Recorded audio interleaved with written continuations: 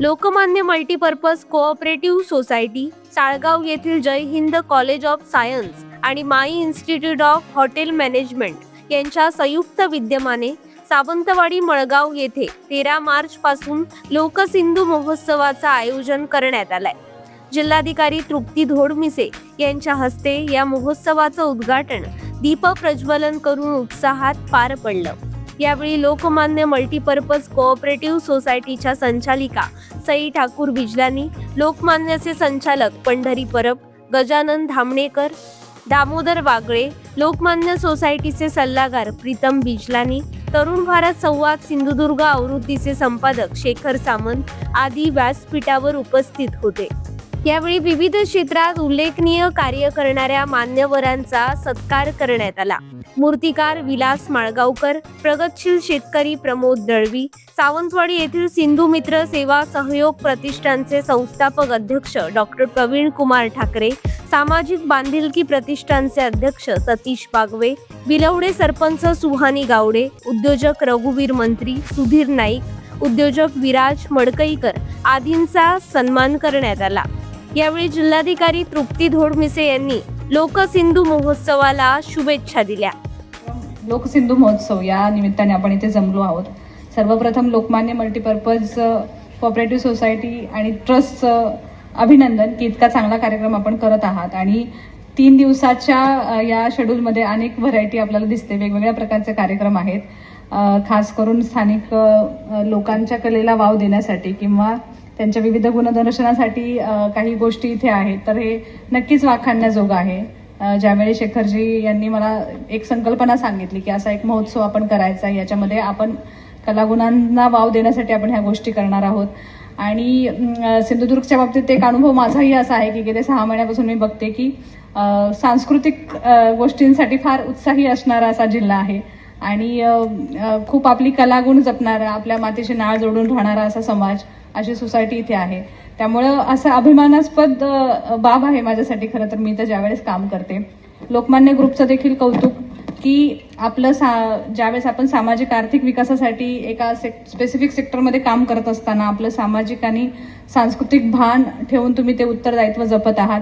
तुमच्या आधी देखील 1-2 कार्यक्रमांना यायची मला संधी मिळाली होती आणि ते मी बघत आहे. एक इथल्या स्थानिक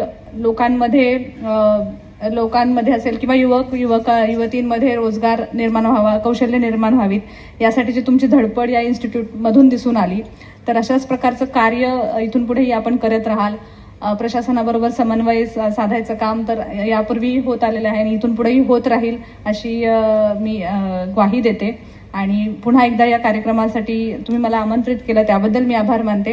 या कार्यक्रमाचा असाच प्रकारे पुढच्या वर्षी आपण मला बोलवाल अशी अपेक्षा व्यक्त करते आणि या कार्यक्रमासाठी खूप खूप शुभेच्छा देते. तसेच सिंधुदुर्गमधल्या लोकांना देखील मी आवाहन करेन की या निमित्ताने तुम्ही या कार्यक्रमाला नक्की भेट द्यावी. इतका सुंदर आयोजन इथे केलेलं आहे वेगवेगळ्या गोष्टींचं, तर त्यासाठी त्यांनी सकारात्मक प्रतिसाद द्यावा असं देखील मी आवाहन करते. पुन्हा एकदा शुभेच्छा. धन्यवाद.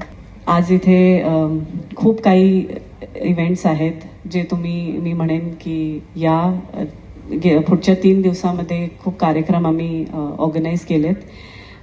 प्रत्येकाला आवडतील असे केलेत, प्रत्येक एज ग्रुपला सूट होतील असे केलेत. त्यामुळे मुलांना, आपल्या आईवडिलांना, सगळ्यांना घेऊन या आणि या कार्यक्रमाची मजा घ्या. इथे खाण्यापिण्यासाठी पण खूप व्हरायटी आम्ही द्यायचा प्रयत्न केलाय. आमचे स्पेसिफिकेशन्स होते की एका माणसाला एकच स्टॉल द्यायचा आणि एका टाईपचा स्टॉल द्यायचा, सो दॅट रिपिटेशन नाही होणार आणि तुम्हाला खूप व्हरायटी मिळेल.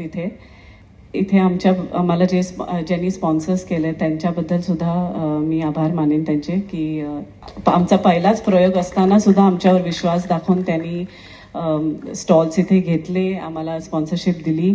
सिंधुदुर्गात नेहमीच आम्हाला असंच प्रेम मिळतं आणि याच्या पुढेही असंच मिळत राहावं अशी मी खात्री आहे मला. तुम्ही या कार्यक्रमाचा आनंद घ्या. थँक्यू.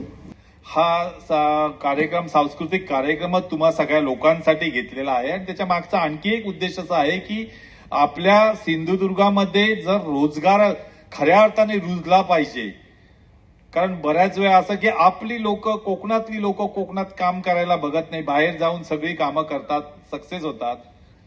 मायग्रेशनचा फार मोठा प्रश्नचिन्ह आपल्याकडे आहे. बरीच आपले स्थानिक लोक कोकण सोडून चालले आहेत. त्याच्या मागचा एक की स्किल शिक्षण, स्किल एज्युकेशन आपल्याकडे नव्हतं आणि या स्किल एज्युकेशनची मुहूर्तमेढ सुरुवात आपल्या माई कॉलेजच्या माध्यमातून, आपल्या लोकमान्य शिक्षण संस्थेच्या माध्यमातून झालेली आहे.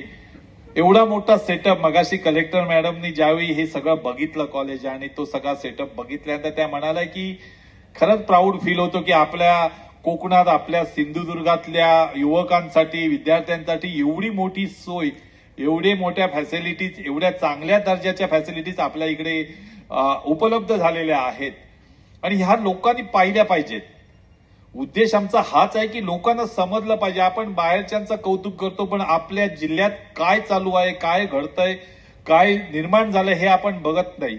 प्रत्यक्ष आल्यानंतर आपल्याला ते समजतं पण तोपर्यंत उशीर झालेला असतो, बाहेरचे विद्यार्थी आलेले असतात. पण आमचा मूळ उद्देश हाच आहे की आपल्या कोकणातला, आपल्या सिंधुदुर्गातला विद्यार्थी इकडे स्किल घेतलं पाहिजे आणि याच ठिकाणी त्याने आपल्या मातीमध्ये, याच आपल्या जमिनीमध्ये त्याने मोठमोठे उद्योग व्यवसाय सुरू करायला हवे.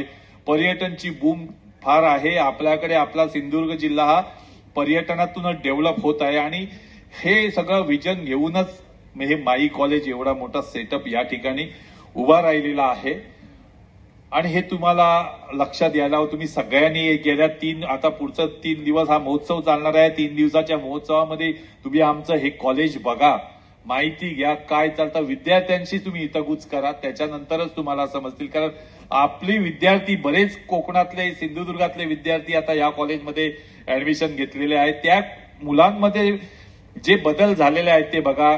आपलं डिप्लोमा कॉलेज सुद्धा झालेलं आहे. आपल्याकडनं बरेच विद्यार्थी हॉटेल मॅनेजमेंट शिकून पास आउट होऊन वेगवेगळ्या, म्हणजे भारताच्या बाहेर सुद्धा वेगवेगळ्या मोठ्या हॉटेल इंडस्ट्रीमध्ये चांगल्या पद्धतीचं